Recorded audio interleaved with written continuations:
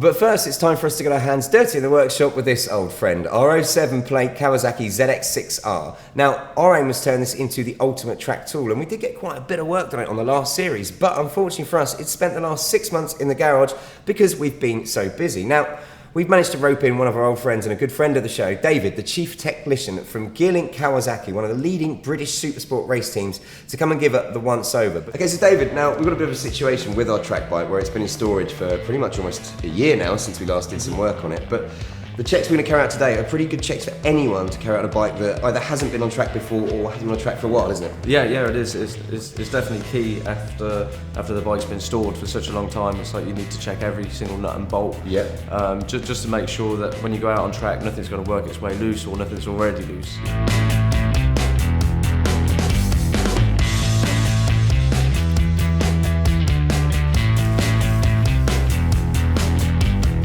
So, David, actually quite glad we got you to perform this check because you found something wrong with the bike, didn't you? I did indeed, yeah. Throughout my checks, I found that your rear disc was warped. How badly is that? It's enough to notice probably through riding. As I spin your back wheel, you can see the pads moving throughout the duration of the disc. So I'd strongly recommend we change that before you do anything on track.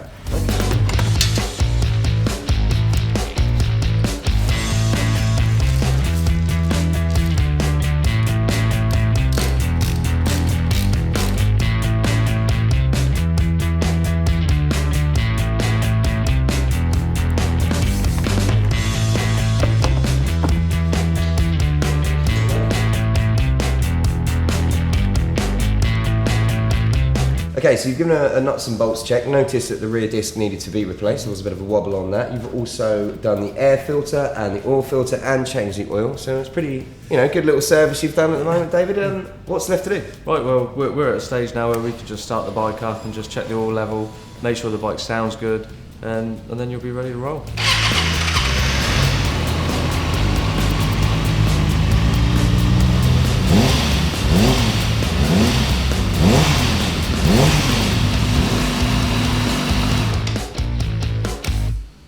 So, considering that's the first time she's been starting up in Angora for I think almost 2 years and it's been sitting in the garage the whole time, I was quite impressed with how she sounded. I was very impressed as well. She was very crisp. Yeah. Throttle response. Yeah, she sounds good. No rattles. Well, she did everything she was supposed to do. Yeah, she's purring. And now that's pretty much us done for today. Thank you so much for your help as well, David. It's always good to be able to call upon the current leading Supersport chief technician to come and work on my track bike. But what would you recommend as the next things to do? Because we've done, as I mentioned at the start, chains, sprockets, tyres. We've done so much. There's not a long way to go, is there? There's not a long way to go. If you wanted a little bit more performance, I'd probably recommend like some fuel and injection unit. Yeah. And that will basically just give you a little bit more torque, a bit more horsepower. It's a decent power commander, and it'll allow you to, as you say, modify it a little bit for each track as well. Yes, it would. Yeah. And then just the rest of what you can change is just on the chassis. You can like a aftermarket rear shock and like maybe some fork internals. It'll just give you a better range to work with. And okay. So if I think about suspension, maybe exhaust as well, power commander, bit of steering damper. Yeah. And then we're pretty much there on track. Just a new paint job. That's right. I'm going to do it pink.